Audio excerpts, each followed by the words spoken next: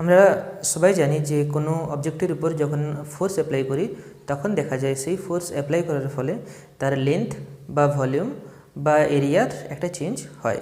এরপর সেই ফোর্সটা যদি সাফিসিয়েন্ট হয় তাহলে সেই চেঞ্জটা আমরা অবজার্ভ করতে পারি, যদি সেটা সাফিসিয়েন্ট না হয় তাহলে কিন্তু সেই অবজারভেশনটা হয় না। এক্ষেত্রে দেখা হয় যে যে সমস্ত অবজেক্টগুলোর উপর আমরা ফোর্স অ্যাপ্লাই করছি সেই অবজেক্টগুলোর উপর ফোর্স অ্যাপ্লাই করার পর যখন ওর সাইজ এর বা শেপের একটা চেঞ্জ হলো, তারপর যখন বাইরে থেকে যে ফোর্সটা আমি অ্যাপ্লাই করছিলাম সেটাকে যদি রিমুভ করে নেওয়া হয় তখন দেখা যায় সেই অবজেক্টটা তার আগের অবস্থায় ফিরে আসার চেষ্টা করে। এটা সমস্ত মেটারের ক্ষেত্রে দেখা যায়, সেটা সলিড, লিকুইড বা গ্যাস যাই হোক না কেন। যে কোনো মেটারের এই যে বিশেষ প্রপার্টিটা যার জন্য বাইরে থেকে ওর উপর ফোর্স অ্যাপ্লাই যখন করা হয় তখন ওর সাইজ বা শেপ চেঞ্জ হওয়ার পর যখন ফোর্সটা আমি রিমুভ করে নিচ্ছি তখন সে তার আগের সাইজে বা শেপে ফিরে আসছে বা আসার চেষ্টা করছে। এই যে প্রপার্টিটা এটাকেই বলা হয় elasticity, the property by virtue of which an object try to regain it original size and shape after the removal of any external force applied on it is defined as elasticity. Okay, next there are some terms which are associated with this topic. Rigid body. What is rigid body?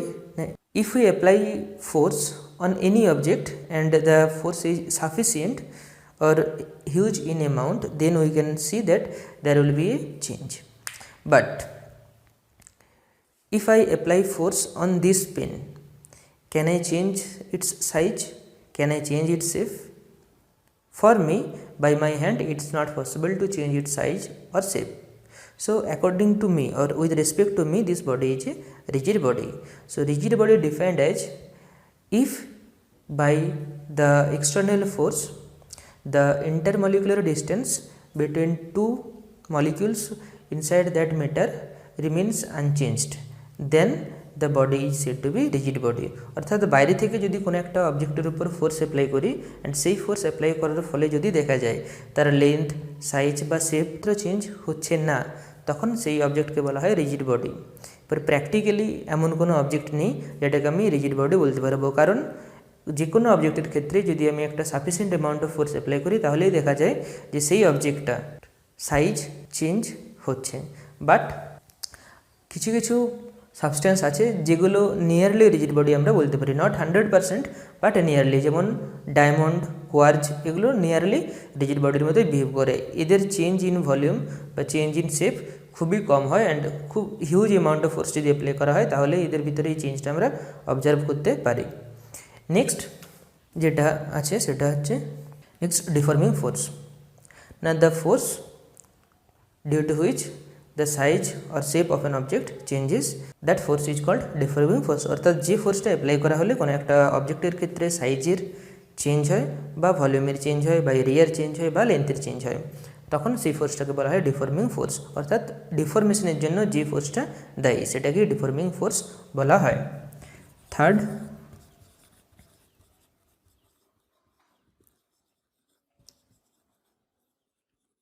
Restoring force. Restore করা মানে নিশ্চয়ই জানা আছে যে আগের অবস্থায় যে অবস্থায় ছিল সেই অবস্থায় নিয়ে আসা, সেটাকে রিস্টোরিং বলা হয়।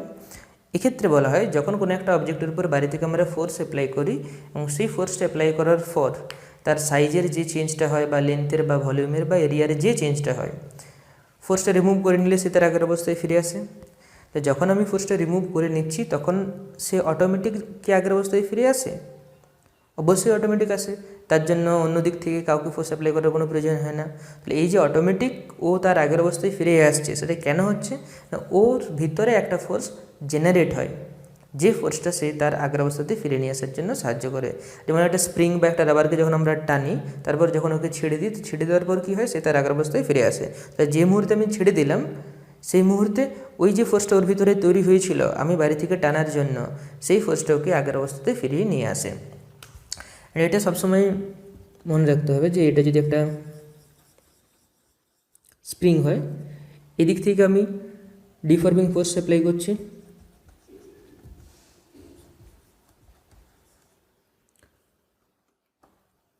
যদি এটা পুরোপুরিভাবে স্থির অবস্থায় থাকে অর্থাৎ আমি ম্যাক্সিমাম ওকে টেনে বড় করে দিয়েছি বা যে কোনো একটা অবস্থাতে টেনে রেখেছি, সেই অবস্থায় এই দিকে যে ফোর্সটা ওর ভিতরে কাজ করছে সেটা রিস্টোরিং ফোর্স। অ্যাট ইকুইলিব্রিয়াম এই deforming force and restoring force সবসময় ইকুয়াল হয় যতক্ষণ পর্যন্ত সেটা পুরোপুরিভাবে স্থির আছে। অ্যান্ড অলওয়েজ রিস্টোরিং ফোর্স যেটা সেটা সবসময় অ্যাপ্লাইড ফোর্সের সাথে সমান হয়। না যদি একটা তারকে 1 মিটার বড় করার জন্য আমাকে 10 নিউটন ফোর্স অ্যাপ্লাই করতে হয়, তাহলে অবশ্যই সেই তারটাকে 1 মিটার পূর্বের অবস্থায় নিয়ে আসার জন্য ঠিক 10 নিউটন ফোর্সে অ্যাপ্লাই করতে হবে অপোজিট ডিরেকশনে, তবে যে সেটা সম্ভব। So deforming force is always equals to the restoring force at equilibrium condition.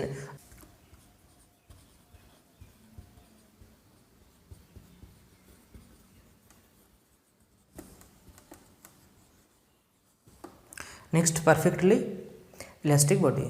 So perfectly elastic bodies are the type of objects on which if we apply external force and after the removal of the external force the object regains its original size and shape completely and immediately.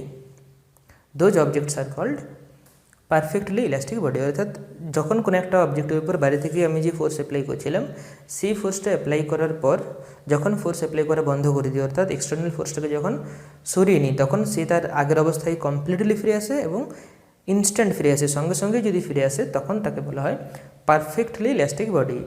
In our nature there are no such objects which are perfectly elastic body.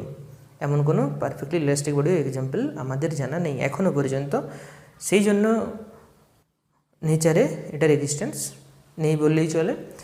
কিন্তু ধরা হয় যে quartz fibre nearly perfectly elastic বডির মধ্যে behave করে, not 100% but অনেকটাই কাছাকাছি এর মধ্যে বিহেভ করে। নেক্সট,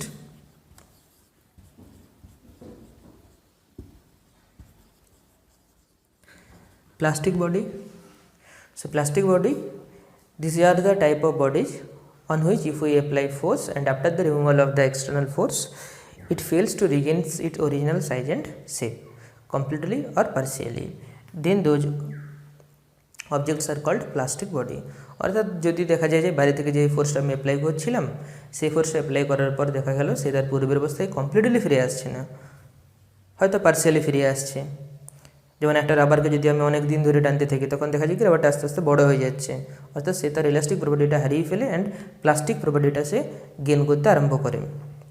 সো সেগুলোকে বলা হয় প্লাস্টিক বডি, যেগুলো কমপ্লিটলি বা পার্সিয়ালি তার আগের অবস্থায় ফিরে আসতে ব্যর্থ হয়। তো ম্যাটারের এই যে প্রপার্টিটা যার জন্য সে তার আগের অবস্থায় ফিরে আসতে পারে না বা পার্সিয়ালি ফিরে আসে, এটাকে বলা হয় plasticity. The body is called plastic body and the property is known as plasticity. And next,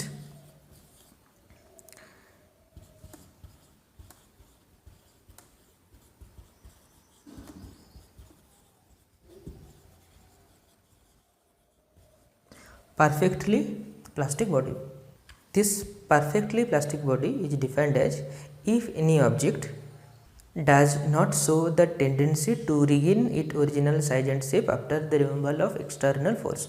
অর্থাৎ যদি কোনো একটা অবজেক্টের উপর আমি যখন বাইরে থেকে ফোর্স অ্যাপ্লাই করছি সেই ফোর্স অ্যাপ্লাই করার ফলে যদি ওর সাইজের যে চেঞ্জটা হয়েছে ফোর্সটা রিমুভ করে নেওয়ার পর যে অবস্থাতে ওরকে আমি ছেড়েছিলাম যদি ঠিক সেই অবস্থাতেই থেকে যায়, অর্থাৎ সে তার আগের অবস্থায় বিন্দুমাত্র ফিরে না আসে, যেরকম অবস্থাতে টেনে ছেড়েছিলাম ঠিক সেরকম অবস্থাতেই যদি থেকে যায় তখন সেটাকে বলা হয় পারফেক্টলি প্লাস্টিক বডি। কিছুটা কাদা নিলাম, সেই কাদাটার উপর যদি আমি ফোর্স অ্যাপ্লাই করি, হয়তো হাতের একটা ছাপ দিলাম, দেখবো কি হাতের কমপ্লিট ছাপটা চলে এসেছে। তাহলে আমি যখন ফোর্সটা অ্যাপ্লাই করলাম নিশ্চয়ই সেই ফোর্সটা অ্যাপ্লাই করার পর ওর একটা শেপের চেঞ্জ হলো। যখন আমি হাতটাকে তুলে নেবো তখন কি সে তার আগের অবস্থায় ফিরে আসবে না আমার হাতের ছাপটা পুরোপুরি থেকে যাবে? নিশ্চয়ই আগে হাতের ছাপটা পুরোপুরি থেকে যায়। এর কারণটা কি, সেই কাদাটা কমপ্লিটলি যে অবস্থাতে আমি ওকে ছাড়ছি ঠিক সেই অবস্থাতেই ও থেকে যাওয়ার একটা টেন্ডেন্সি দেখায়। এগুলোকে বলা হয় পারফেক্টলি প্লাস্টিক বডি, যেটাকে যে অবস্থাতে আমি রেখে দেবো ঠিক সেই অবস্থাতেই ওটা থেকে যাবে, সে তার আগের অবস্থায় ফিরে আসার যদি বিন্দুমাত্র চেষ্টা না করে তখন সেটাকে বলা হয় পারফেক্টলি প্লাস্টিক বডি। এক্ষেত্রেও 100% পারফেক্টলি প্লাস্টিক বডির কোনো এক্সাম্পল নেই, নিয়ারলি পারফেক্টলি প্লাস্টিক বডির এক্সাম্পল হচ্ছে মাড।